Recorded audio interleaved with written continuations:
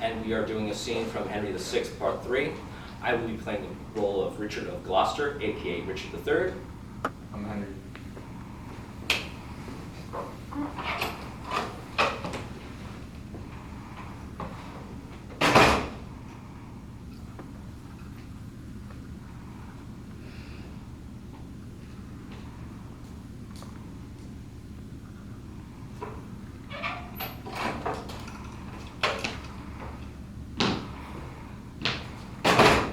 Good day, my lord. What, had your book so hard? Aye, my good lord.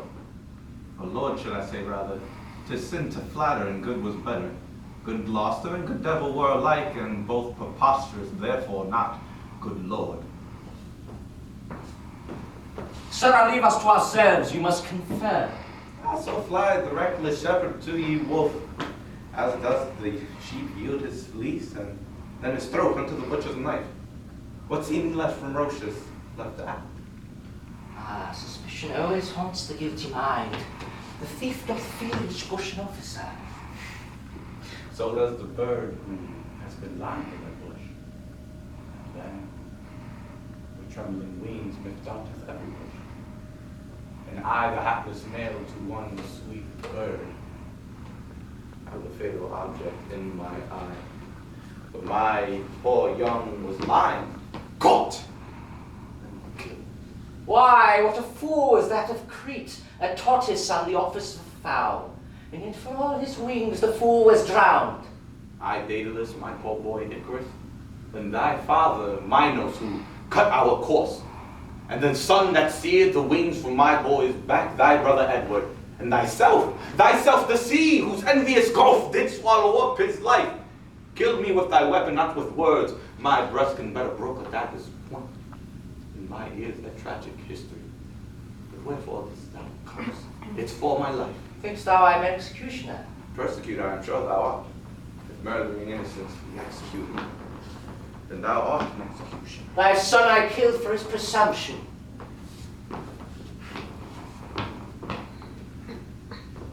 Hast thou been killed when he first presumed? Thou had not lived to kill a son of mine. And thus I prophesy that many a thousand, which I mistrust no parcel of my fear, and many an old man sigh, and many a widowess, and many an orphan's water-standing eye, men for their sons, wives for their husbands, and orphans for their parents, time death shall rue the hour that ever thou wast born. The owl shrieked at thy birth, an evil sign. The night crow cried a boding luckless time, and dogs howled, and hideous tempests shook down trees, and the raven looked around the chimney's top, and chattering flies in dismal discord saw. Thy mother felt more than a mother's pain, and yet brought forth less than mother's hope. Too quick and indigested thee for love. Not such of a goodly tree, for thou hadst teeth when thou wast born, to signify thou came to bite it. And if what I heard to be true, then thou camest to I'll hear no more. Die prophet in thy speech.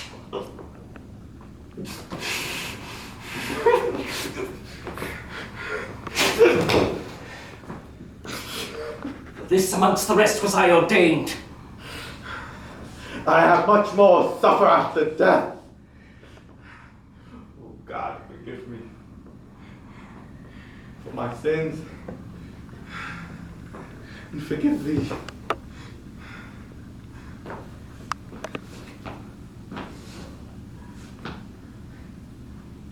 What?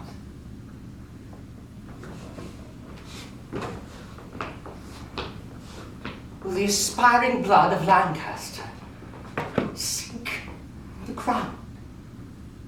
I thought it would have mounted. See how my sword weeps for the poor king's death. Oh, may such purple tears be always shed from those that wish the downfall of our house. If any spark of life be yet remaining, down to hell, and say I sent thee thither.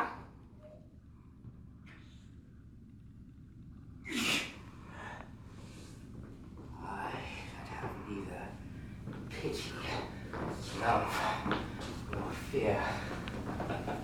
'Tis true that Henry told me of, for I've often heard my mother say, I came into this world with my legs forward. Had I not reason, think he, to make haste and seek the ruin that usurped our right? The midwife wondered, and the women cried, Oh, Jesus, he is born with teeth! And so I was, which plainly signified that I should snarl and bite and play the dog. And since the heavens have shaped my body so, that hell may crook my mind to answer it.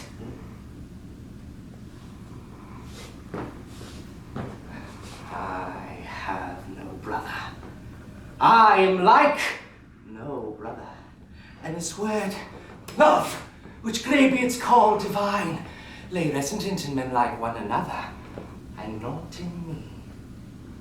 I myself alone. Clarence, beware. Thou keep'st me from the light, but I will sort a pitchy day for thee. For I will buzz abroad such prophecies that King Edward shall be fearful of his life, and then, to purge his fear, I'll be thy death. King Henry and the prince's son are gone.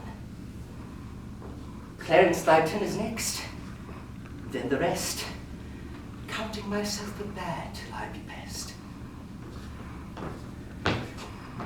I'll put thy body in another room, in triumph, Henry, in thy day of doom.